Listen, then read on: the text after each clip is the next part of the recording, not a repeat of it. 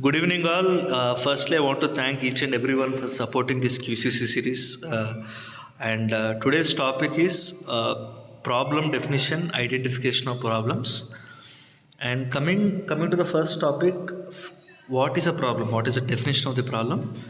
An undesirable output of a process. For example, if I have a desired target of doing a production of 20,000 tons per month, but I am able to do only 18,000 tons.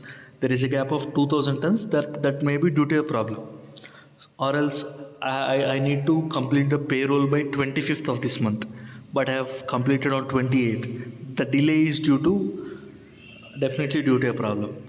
And coming to the second one, and a non-fulfillment of a requirement related to and specified use. It comes under the equipment or machinery, everything.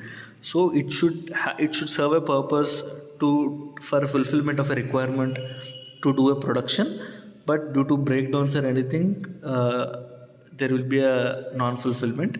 And third thing is product not met as per the customer requirement. So definitely it results in customer complaints. So end of the day, it's a problem which is related to the customer.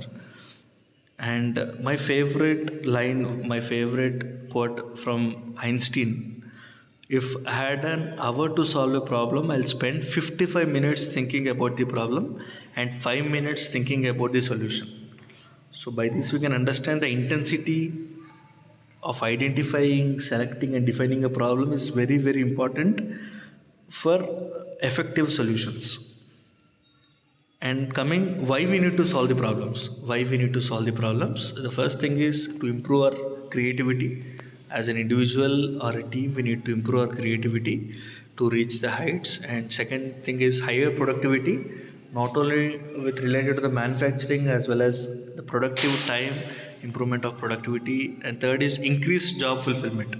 So end of the day, job satisfaction is ultimate for each and every one of us. And satisfaction, clients or customer satisfaction, we can improve by solving the problems, better cooperation and improved environments for employees and customers. Definitely when there is no problems, if there is the problems are very less around us, definitely there will be improved environment for all the customers and employees. And mostly, as I said in the last video, so we need to solve the problems to improve our quality work life, and to come out of the firefighting jobs, we need to definitely solve the problems.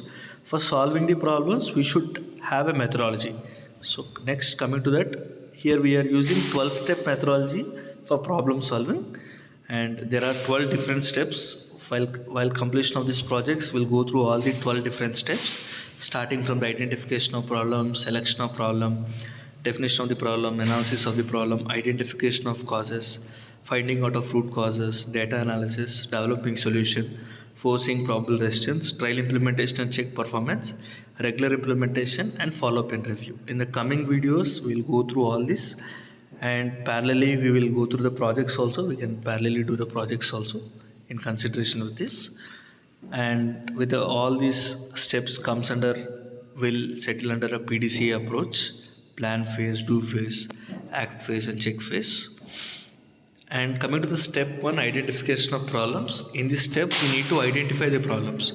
We need to generate the list of problems by using brainstorming technique. Already we are familiar with this word brainstorming, but in detail we understand what is brainstorming and what are the types of brainstorming and where it can be used. And coming to the what is brainstorming? Brainstorming is a group technique for generating new and useful ideas, where a team of 5 to 6 members will sit at a place and they'll start discussing about the problems through brainstorming by generating and more ideas. The term brainstorming is coined by Mr. Osborne in the year 1953. So what are the basic rules of brainstorming while conducting a brainstorming session? So what are the basic rules we need to adopt to make the brainstorming effective? The first is no criticism. Definitely some ideas will work, some ideas will not work, some ideas will not more effective, but we need to welcome all unusual ideas, usual ideas and everything. We should not criticize any of our team member. And the quantity is wanted. We need we need to generate more and more ideas where we can sort out from it. And the most important thing is in brainstorming, we need to use both logical thinking as well as creative thinking to make it more effective.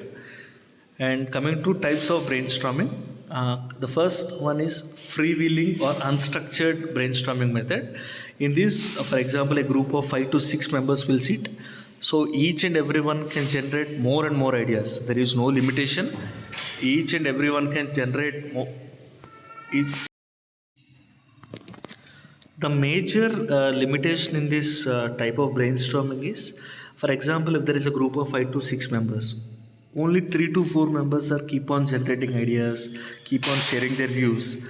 But we can observe 1 to 2 members are very silent. They are due to shy or due to some other issues. They can't come out and talk. And this is the only limitation in this method. And coming to the second brainstorming method, that is slip method, where it involves lot of, if example there is a requirement of generating a lot of more ideas, more and more ideas, this slip method will be used. And the third is round robin method or structured method, where a team of 5 to 6 members will sit in a circular position.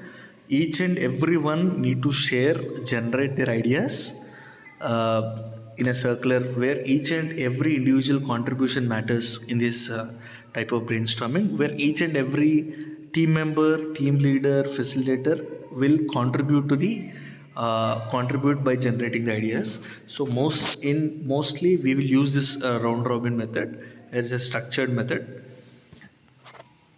And coming to the next thing, identification of problems. So I already told we need to use this brainstorming method to identify the problems. So where we need to list down, where we need to list down the problems around our work area, work related problems to be identified under safety and ergonomics, productivity, cost, quality, and delivery. So in these all categories, we need to identify the problems, and we need to list down that based on the each and every aspect. So coming to this weekly task, let I request each and every individual to sit as a team and identify the work related problems under safety and economics, productivity, cost, quality, and delivery in your work area.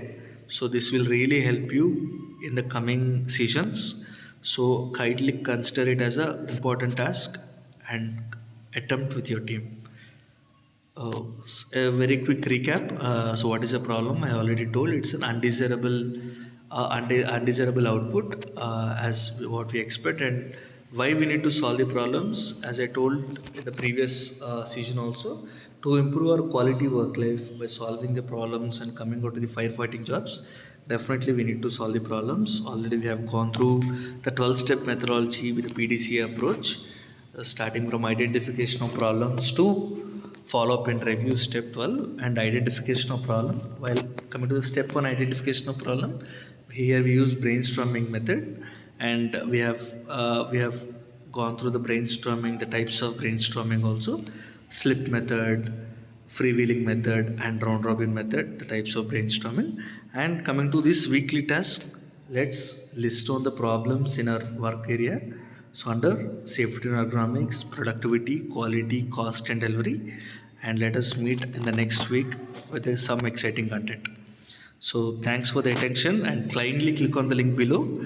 So it's just for evaluating yourself. Thank you so much. Signing off.